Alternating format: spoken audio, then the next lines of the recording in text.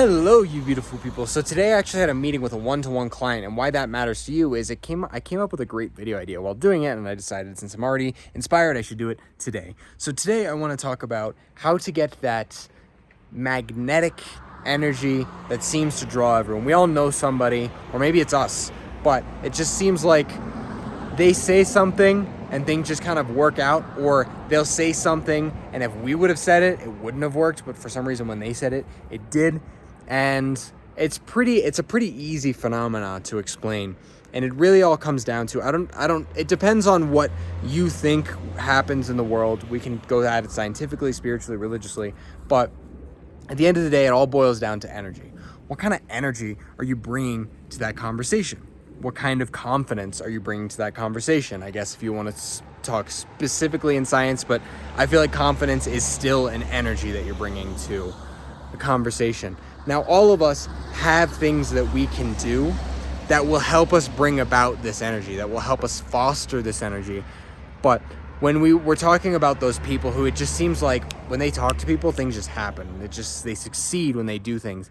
Maybe you look at me that way, although I feel like I have a lot of work to do. Maybe you look at me and you're like, wow, he has an energy that he's putting out that I want to be able to put out as well. Or maybe you look at me and you're like, wow, I put out more energy than this guy. I could have a YouTube channel. Yes, you could. Anyone could do it. And you should. But yes, it's that energy that we have to practice and foster. So the person I was talking to, they had an issue. It wasn't even an issue. They just had a piece of themselves that they wanted to grow. And this energy was the thing that was going to help them do that. Now, how do you foster that energy? It's one thing to say, yeah, it's super easy. Let me just get this energy and bring it to every conversation that I have. And next thing I know, I'm successful at everything. Yeah, that sounds a lot easier than it is. But how do we foster that energy, that confidence, so that when we talk to people, it gets people to pay attention, it gets people to listen, and it gets people to hear what it is that we're saying? Now, I think the first part of it is focusing on communication. When we speak, we're speaking to be understood, not to be heard. So if you're speaking to be understood instead of heard, that means you're not just saying random things that make no sense to get someone's attention. Now, that's something that we all can work on, and I'm sure we all do at different times. But when you speak, you want to speak to be understood, not speak to be heard. And the big difference is anyone can listen, but not everyone will understand what you're saying. So if you're looking at the listener and saying, how can I make this person understand what I'm trying to get across? That will help a lot. But as far as going back to the original purpose of this video, how to foster that energy, now it's going to differ from person to person. The person that I worked with earlier today, they had a visualization that they were already having that really helped them with that energy. However, for us as individuals who might not have had that visualization, I think what we really need to start with is, when do we feel most comfortable? When do you feel most in your power? When do you feel most alive, energetic? What lights you up? Now, for my depressed friendos out there is something. It just might not be what you consider productive, or maybe there's nothing and we're going to have to go a different route. But, I mean, if you're depressed, usually the best method is to approach the depression first and then work on the energy. But I'll just kind of keep this inclusive to people who are struggling with mental health like I am, and people who aren't. But even if you are struggling with mental health, I feel like I bring a fair bit of energy to everything that I say, even though I do feel run down and depressed at times. So it is possible.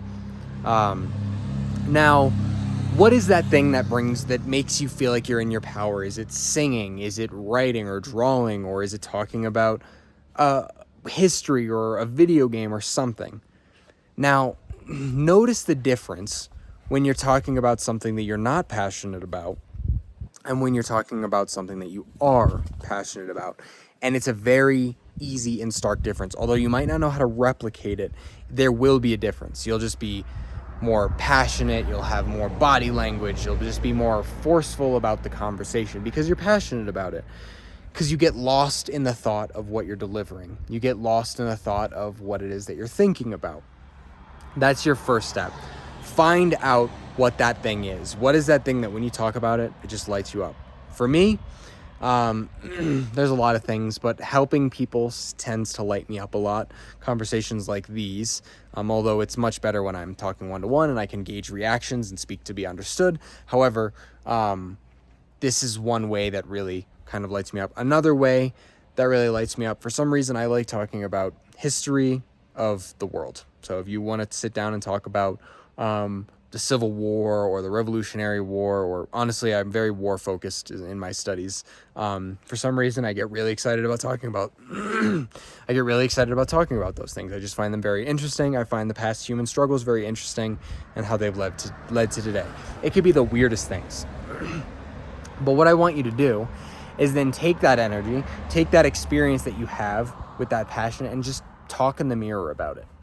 Like, to yourself, as if you were the one that was listening. You were the one that was being the one that you were trying to make understand. When you're talking to yourself in the mirror, you're going to be passionate, so you might lose it, but try to keep in contact with what is different about you.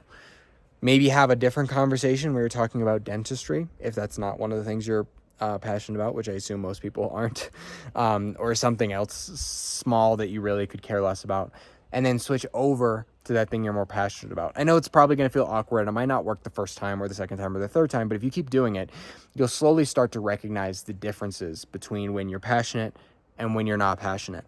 And what you want to do is slowly try to implement those things into your normal speech. So if when you're passionate, you normally throw your hands about more, try doing that. Try doing that in a conversation. Your friends are probably going to be like, what the fuck are you doing? What the heck are you doing? But it's okay. You're this process of building that confidence. Essentially, what this problem boils down to is you're struggling having confidence in yourself and what you want to say and what you have to say. Bringing that confidence in is an uncomfortable experience because you have to feel what it feels like to do those things when you're not confident about them. Kind of like that fake it till you make it type idea. But if you guys have any questions or comments that you want to bring into the space, I'm more than happy to answer them if you drop them down below. I'll try to direct and guide you towards these particular things that will be helpful to you. But I'm also interested, if any of you guys want to try this, try it for a week. Talk in the mirror for 5 minutes passionately. Try to emulate one of the things that you did in your next conversation, and just kind of try to be unapologetic about it. It's gonna be awkward. It just is. If you accept that it's awkward and you do it anyway, that's gonna boost your confidence tenfold anyway. There's actually, not that you guys should do this, but there's I read an article that was talking about like why, basically the psychology behind pickup artists. What a pickup artist is someone who just like goes and tries to seduce women. I'm not saying anyone should particularly do that, but I was really interested in just their psychology and like why it works, because you'd think it wouldn't. And one of the practices that they did is they'd write a word on their face, like something obscene or something that was very like embarrassing, just on their forehead, and they would go talk to people. Women specifically, because that's what they were doing, but it also applies to us. Now, I'm not saying you should go do this, but it builds up their confidence, because if you can talk to someone when you have a big word across the front of your forehead that's just ridiculous, it's much easier to talk to them when it's not there. And apparently that was like the whole psychology of how they built up their confidence or whatever. I'm not 100% sure, but really the idea is when you do something that you're comfortable with and you receive no social backlash from it, or you receive social backlash and you don't care, it builds up your confidence. That's what builds up your confidence. It's basically doing something weird, like making skits that I made 6 months ago that are absolutely horrendous, not caring, posting them, and then realizing, wow, my actions didn't have consequences for that, although I thought they would. Some actions do have consequences, but this particular one didn't, or I didn't care about the consequences because they weren't that big or the stakes weren't high enough. Try it out. See how it goes. I'm interested to see how it goes for you. Let me know in the comments down below. And as always, if you like this video and you want to continue improving yourself or know what it's like living in Peru, this video YouTube thinks is perfect for you. So watch that. You'll love it because YouTube picked it out for you. It was literally handpicked for you. Otherwise, right here is a little bubble. If you click that, it'll allow you to stay in contact so we can continue growing, getting better, and traveling together. And I'll see you soon.